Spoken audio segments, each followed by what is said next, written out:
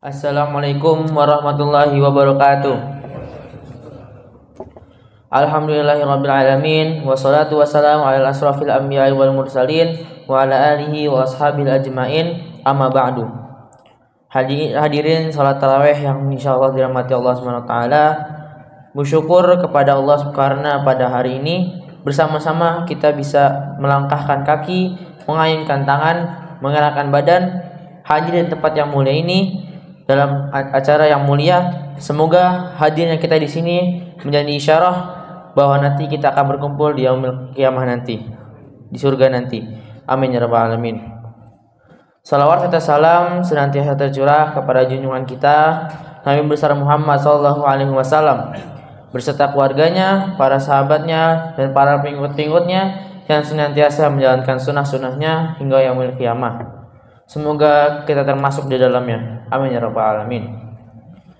Hadirin jamaah salat tarawih yang dimuliakan Allah Subhanahu wa taala, ada beberapa hal yang ingin kami sampaikan.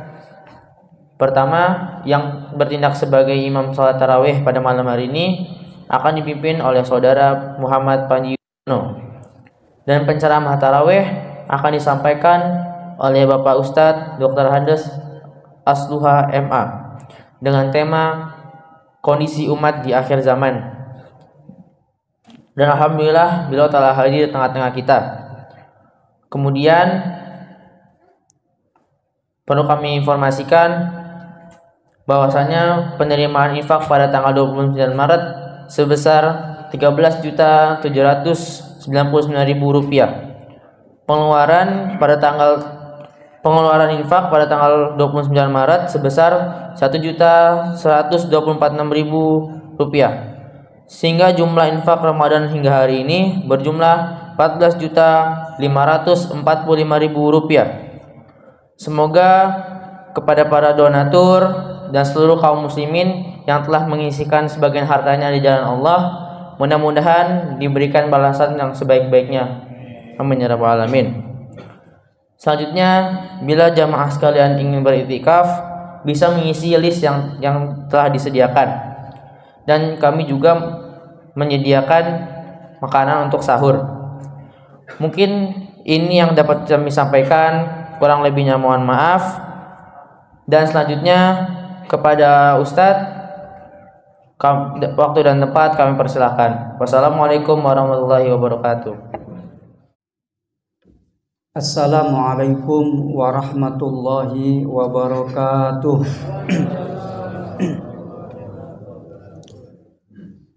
Alhamdulillahilladzi farada alaina shiyama Ramadan alladzi unzila fihil Qur'an hudan linnas wa bayyinatin minal huda wal furqan. Asyhadu an la ilaha illallah wahdahu la syarikalah wa asyhadu anna Muhammadan abduhu wa rasuluhu la nabiyya wa la rasula ba'dah. Amma ba'du, subhanaka la ilma lana illa ma 'allamtana innaka antal alimul hakim. Shadaqallahul azim.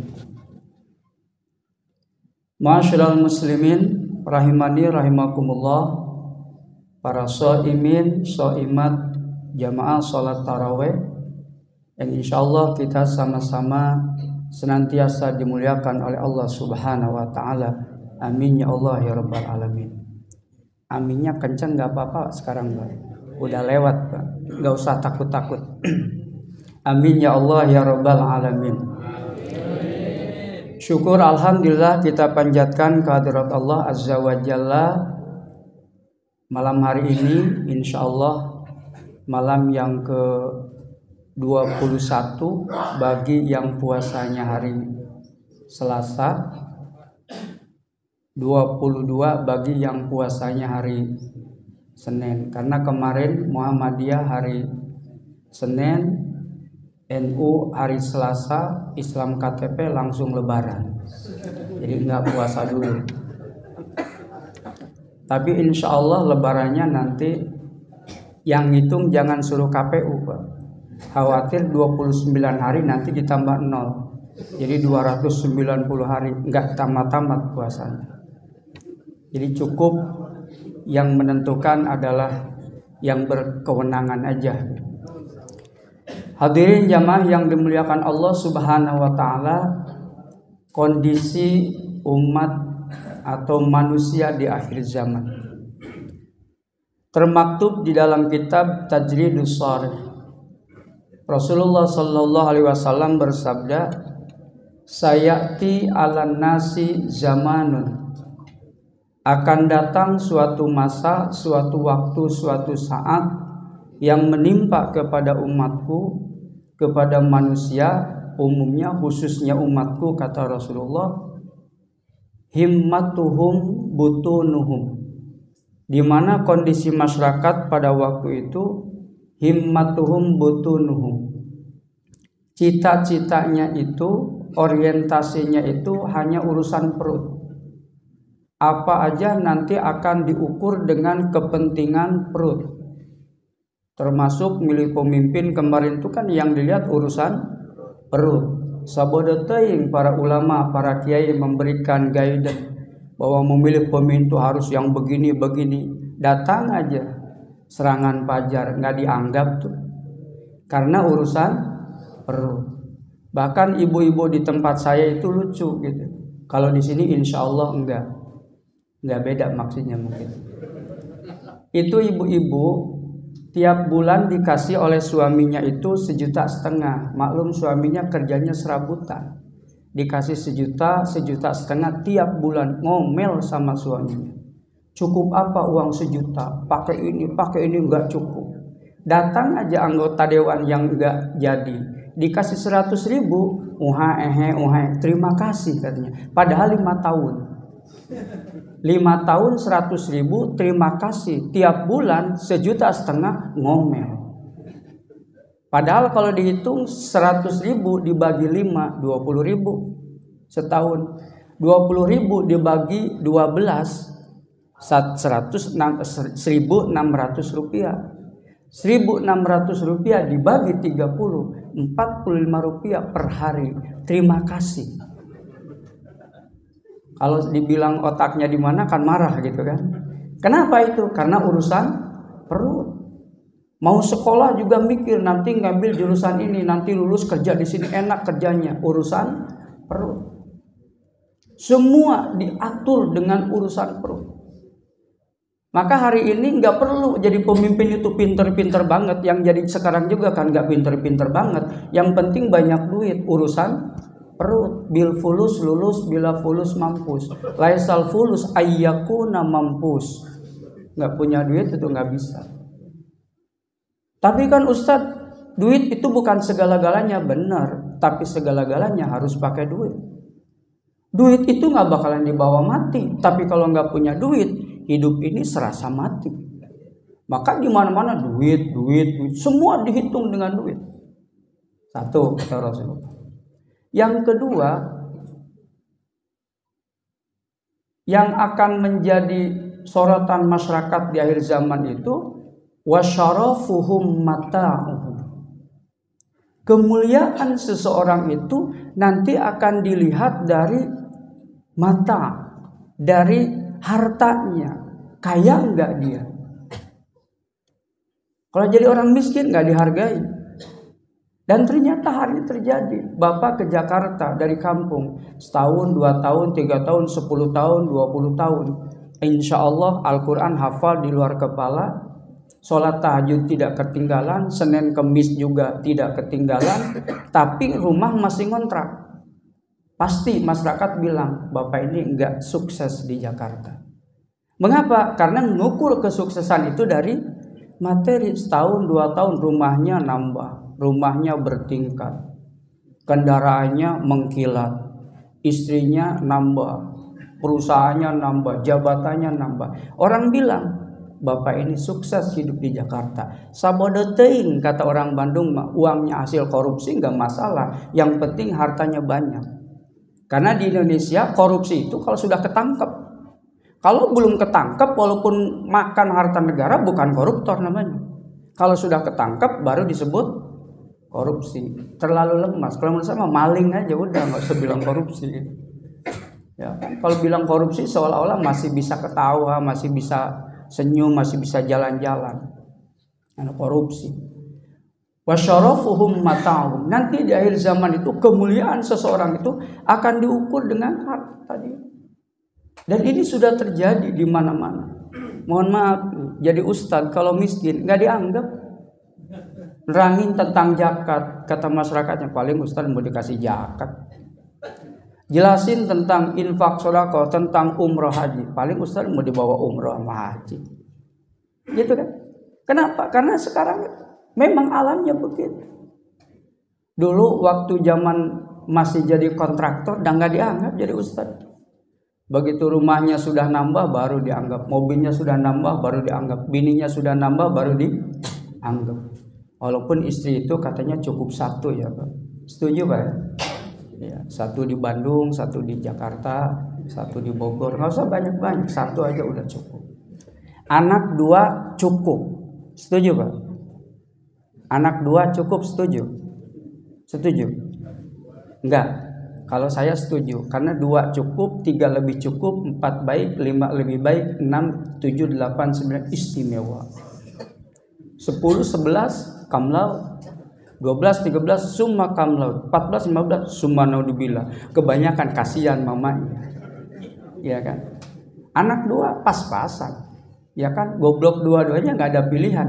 Tapi kalau 10 goblok 2 masih ada 8. Lebaran gitu kan, datang ke rumah ngasih 2 juta aja satu orang, kali 10 20 juta. Alhamdulillah. Jadi anak 2 cukup itu setuju, pas-pasan. Himmatuhum butunuhum wasyarafuhum mata'hum. Yang ketiga, wadinuhum dananiruhum wadinaruhum wadananiruhum. Agamanya itu nanti diukur dengan dinar dan dirham. Nih kalau ngundang kiai kondang berapa juta. Tapi kalau kiai kandang ya 100.000 udah cukup. Saya punya temen ini satu kelas dengan saya, satu bangku dengan saya yang sering ngisi di TV One. Saya bilang, Kang, kalau mau ngaji di tempat saya di Jakarta, berapa saya harus ngundang? Jawabannya apa? Udahlah Kang, sama temen mas 10 juta aja. Sama temen mas 10 juta aja. Karena dia diundang 20 juta. 6 bulan sebelumnya harus sudah DP dulu. Baru masuk DP, sakit berobat sampai ke Australia, dia ngembaliin DP sampai 250 juta. Saya ngembaliin DP 25 juta kan gara-gara sakit. Berobat ke Australia. Semua pejabat tuh kalau berobat kemana? Ke luar negeri, menunjukkan bahwa Fakultas Kedokteran Indonesia itu nggak laku. Buktinya pejabat para kesana semuanya. Agama itu diukur dengan dinar dan dirham. Ini ada cerita. Ada seorang kiai ditawarin untuk menyolatkan anjing. Pernah dengar Pak ceritanya? Anjing disolatkan. Datanglah seorang pengusaha besar ke seorang kiai, Pak Kiai tolong solatkan anjing saya. Karena ini anjing yang paling saya sayangi. Dia meninggal, pengen diperlakukan seperti manusia. Kata kiainya, mana ada anjing disolatkan.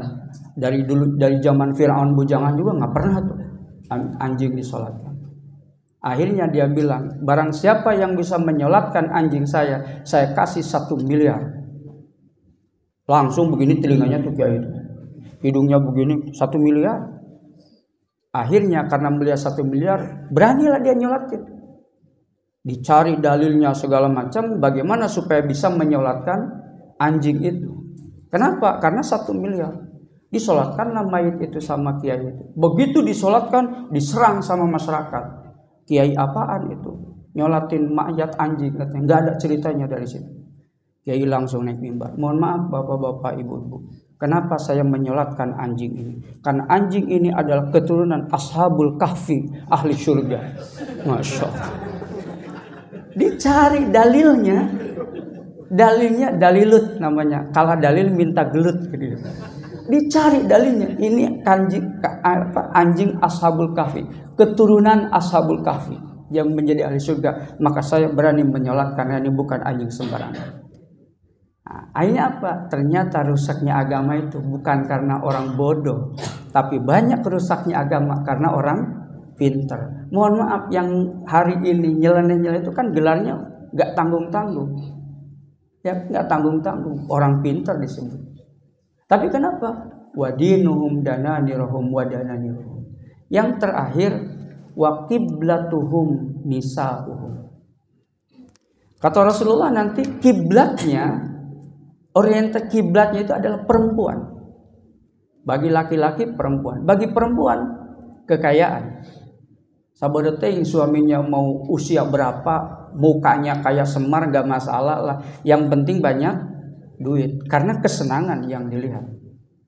Ya kan? Kalau laki-laki simbolnya perempuan. Karena perempuan itu ada simbol kesenangan bagi laki-laki, bagi seorang laki-laki.